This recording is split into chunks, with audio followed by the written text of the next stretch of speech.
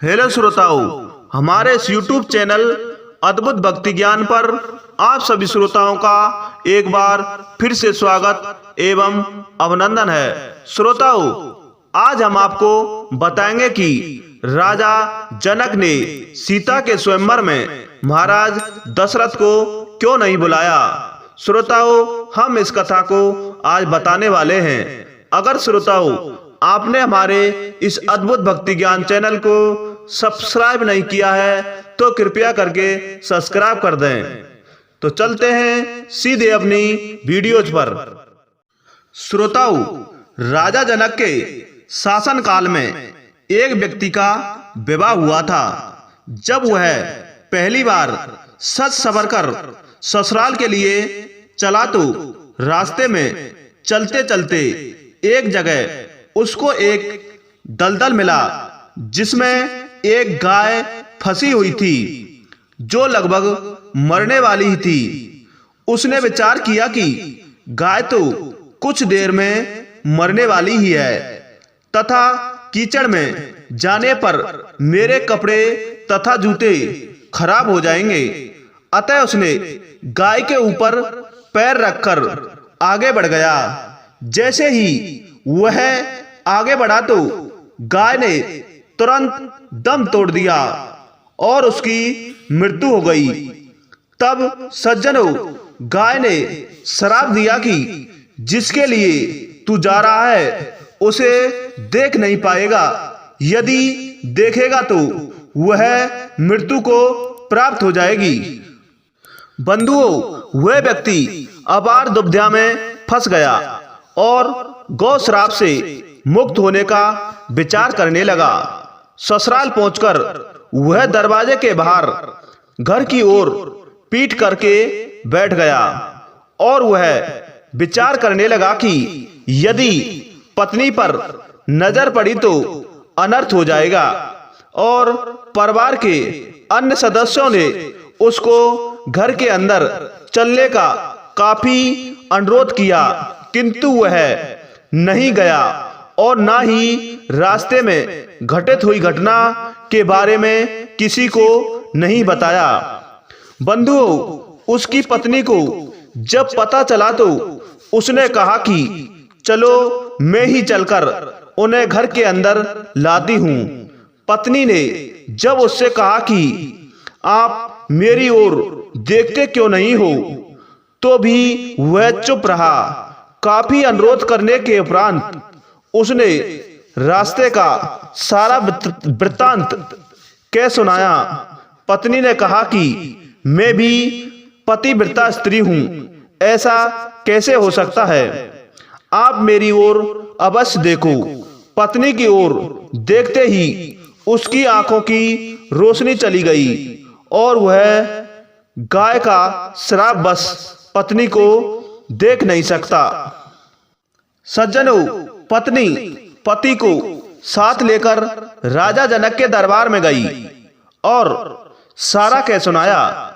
राजा जनक ने राज्य के सभी विद्वानों को बुलाकर समस्या सुनाई और गौ श्राप से निवृत्ति का सटीक उपाय पूछा।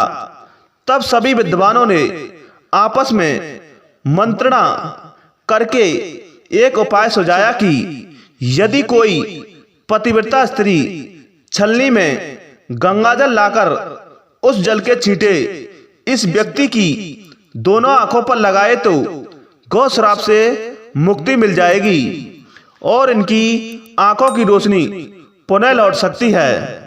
बंधुओं, राजा ने पहले अपने महल के अंदर की रानियों सहित सभी स्त्रियों से पूछा तो राजा को सभी के पतिव्रता होने की सूचना मिली। अब तो राजा चिंतित हो गए। तब उन्होंने आसपास के सभी राजाओं को सूचना भेजी कि उसके राज्य में यदि कोई पतिव्रता स्त्री है तो उसे सम्मान सहित राजा जनक के दरबार में भेजा जाए। बंधुओं, यह सूचना राजा दशरथ को मिली तो उसने पहले अपनी रानियों से पूछा तो प्रत्येक रानी का सही यही उत्तर था कि राजमहल में तो क्या राज्य की किसी भी महिला, यहाँ तक कि झाड़ू पोंछा लगाने वाली, जो कि उस समय अपने कार्यों के कारण सबसे निम्न श्रेणी की मानी जाती थी, उसे भी पूछेंगे तो उसे भी पतिव्रता पाएंगे।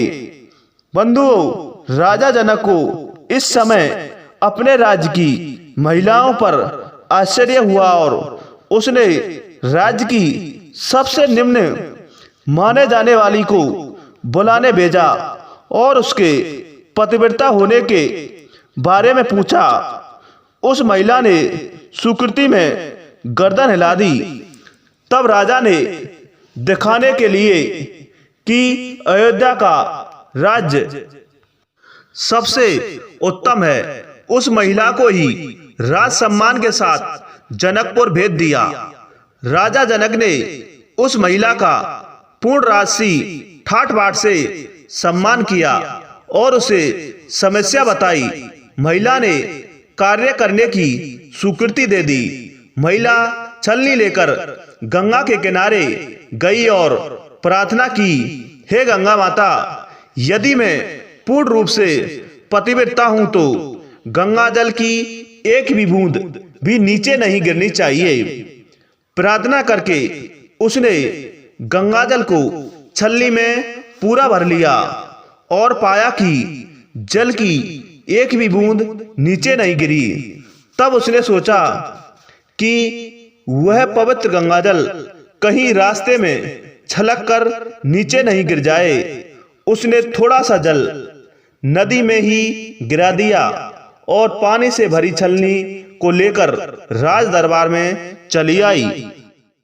श्रोताओं, राजा और दरबार में उपस्थित सभी नर नारी यह दृश्य देख आश्चर्यचकित रह गए तथा उस महिला को ही उस व्यक्ति की आंखों पर छींटे मारने का अनुरोध किया और पूर्ण राज सम्मान देकर काफी पारितोषिक दिया।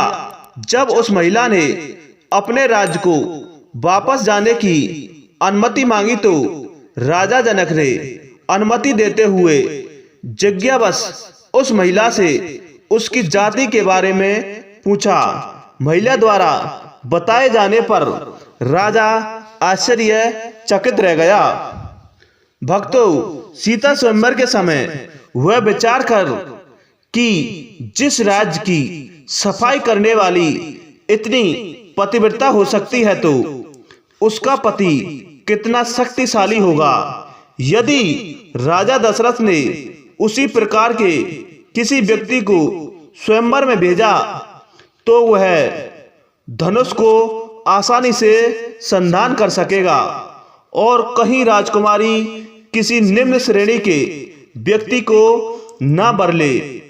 इस वजह से राजा जनक ने अयोध्या नरेश को सीता स्वयंवर में निमंत्रण नहीं दिया, किंतु विधाता की लेखनी को कौन मिटा सकता है। अयोध्या के राजकुमार वन में विचरण करते हुए अपने गुरु के साथ जनकपुर पहुंच गए और धनुष तोड़कर श्री राम ने सीता को वर लिया। अगर श्रोताओं हमारी यह कथा आपको पसंद आई होगी तो कृपया लाइक शेयर कमेंट करें और अगर आप हमारे चैनल पर नए हैं तो हमारे चैनल को सब्सक्राइब कर लें और उसके पास एक छोटा सा बेल आइकन बटन होगा, उसको भी प्रेस कर लें, जिससे हमारी आने वाली वीडियो का नोटिफिकेशन सबसे पहले आप लोगों तक पहुंच सके। श्रोताओं, इसी के साथ जय हिंद, जय भारत।